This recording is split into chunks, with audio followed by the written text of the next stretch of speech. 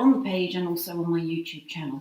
So the first thing we need, obviously, is some fabric. And you can use pretty much any fabric. I like to use a cotton fabric. I think this is in the kind of quilting section in a local fabric store. It's not very expensive. It's about $8 a meter, a yard, and it works extremely well. One thing you have to know, and it's the same when you're using fabric or paper, it's really important to paint the surface first. If you don't, if you leave it wood or black, it's going to transfer that colour through the lightest parts of the fabric. So on this occasion, because I like the cream part in this fabric, I have painted the top of this in a creamy white colour. And it doesn't matter what paint you can use anything you like. So you cut your piece of fabric larger than the surface. Okay, it doesn't have to be as large as this. You need an overhang though, because you have to deal with the extra bits afterwards. You don't cut it the size of the surface first and then try and stick that on. You can do, but I think this is a much easier way of doing it. So you cut the fabric and then make sure if there is a pattern, think about the overall image that you're going to have. If you're doing drawers, make sure the patterns line up. There's nothing worse than seeing a pattern just slightly off. It offends the eye. So it's really important. So think about how you're going to lay the fabric down. So first of all, I'm going to use the Maison Blanche primer today because I find this works incredibly well. So you just take some primer or whatever product you're using. You can use whatever you like and quite liberally paint it onto the surface. And you do need to be quite generous with this. First of all, you want it to kind of soak through the fabric. And also you want it to stick. Now obviously the heavier the weight of fabric, the more product you're going to have to use. Okay, so that is a nice helping of product there. We're going to have a kitten join the show in a minute. And then you just lay the fabric down, okay? And you could move it around. It's not going to stick straight away. So I'm trying to make sure that my pattern is where I want it. And then smooth it out with your hands. Always best to use your hands because you can feel then if there are any imperfections, and lay it as flat as you can. Okay. Then I'm going to switch products and don't have another brush, so I'm going to use the same brush, and I'm going to now apply some minwax polycrylic over the top. I probably could use the same product, but I want to go for a really high gloss look, so it looks like it's been painted on. The higher the gloss that you use, and this is a gloss, the nicer it's going to look, and it's going to look as though it's been painted on when we've finished. Okay, so keep doing that. The most important part, or one of the important parts, is to make sure that you paint the product, the top product, over the edges of the fabric. Okay, keep going.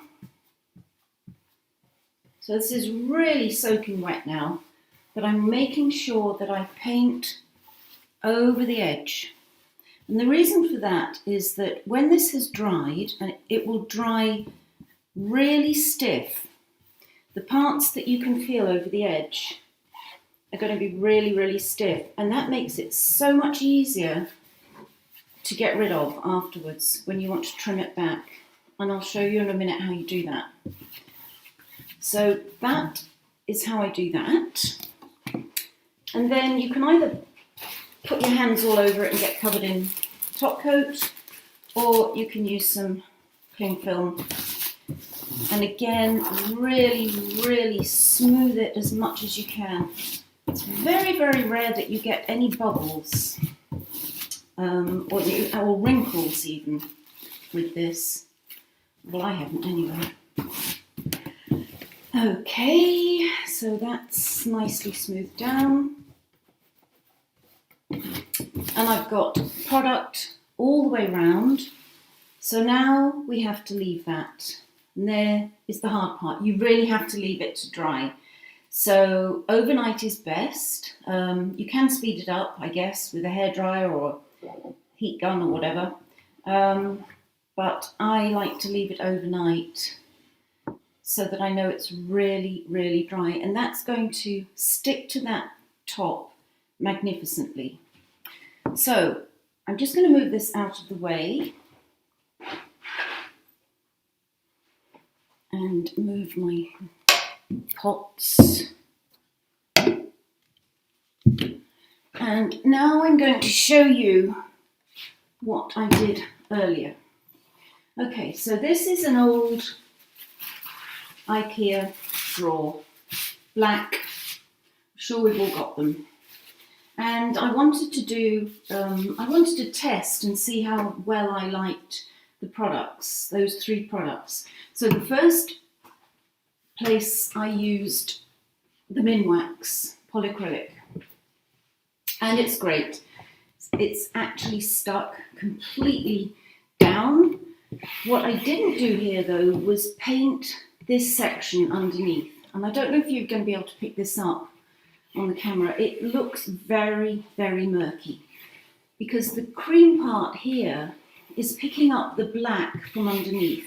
And although it's fine and it's stuck and it's just not going anywhere, it's completely stuck, it's not very pleasing to my eye. So the next section I painted with some cream paint first, and then I used the Mod Podge.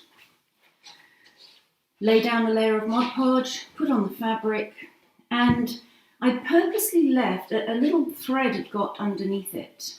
I don't know if that will pick up, will it? And I purposely left it there because anything that's underneath is going to show as a blemish. So, you know, make sure your surface is nice and flat first, because that really matters too. So that is the Mod Podge. And finally, I used the Maison Blanche primer. Now, what you do when it's dry the next morning and you come to look at it and all excited, it feels really horrible. It feels rough and it's not very pleasant. So the thing that you do, which surprises a lot of people, is you take a sanding block or like a 320 grit, if there is such a thing, sandpaper, and you sand the fabric. Okay, I don't want to make a lot of noise, but you sand it really, really well, and you'll see that the top coat that you've put on it will dust up, so you clean that off and it'll make it look really quite cloudy and uninteresting. So then you put on another coat of your top coat and you leave that to dry. And then when it's dry, you sand it again. And you keep doing that until you've got the finish that you want. And once it's done, I think I've done about 4 coats on these. In fact, this one is still wet. When it's dry, it feels like satin and it looks like it's been painted on. And you can, I guess you can wax it too. You could wax over that. I've never actually tried that. I'm not a great waxer, but I really like the way this is working. All these products work. They really do. They are completely stuck to the surface. Now I'm going to show you how you get rid of the edges. As you can see here, these are really clean edges now. And this was all hanging over with fabric, just as the example I did before. So I've left a little piece here to show you, and I'm going to try and do it over the top. So you take a blade and you pull the fabric down, and running the blade along the surface, not the easiest way to do. Okay, it just goes through it like butter because you've made it really, really stiff. And there you are, that's it. It's so easy. And if any parts come away, if there are any little parts that haven't stuck, then just go back under it with a little bit more product, whatever you choose to use, and then you're done. And how simple is that? It's so easy and so effective, and so many different fabrics out there. So please have a go. Don't use fabrics that are too heavy, because I think you'd probably have a problem sticking those with these glues. I don't know, maybe. Let me know what you've managed to use. But that's it. It's great. It doesn't take a lot. It doesn't take a lot of time. It just takes a bit of patience. And cutting through it is actually my favourite part. But there you go. Thank you very much. And I'll see you soon. Bye.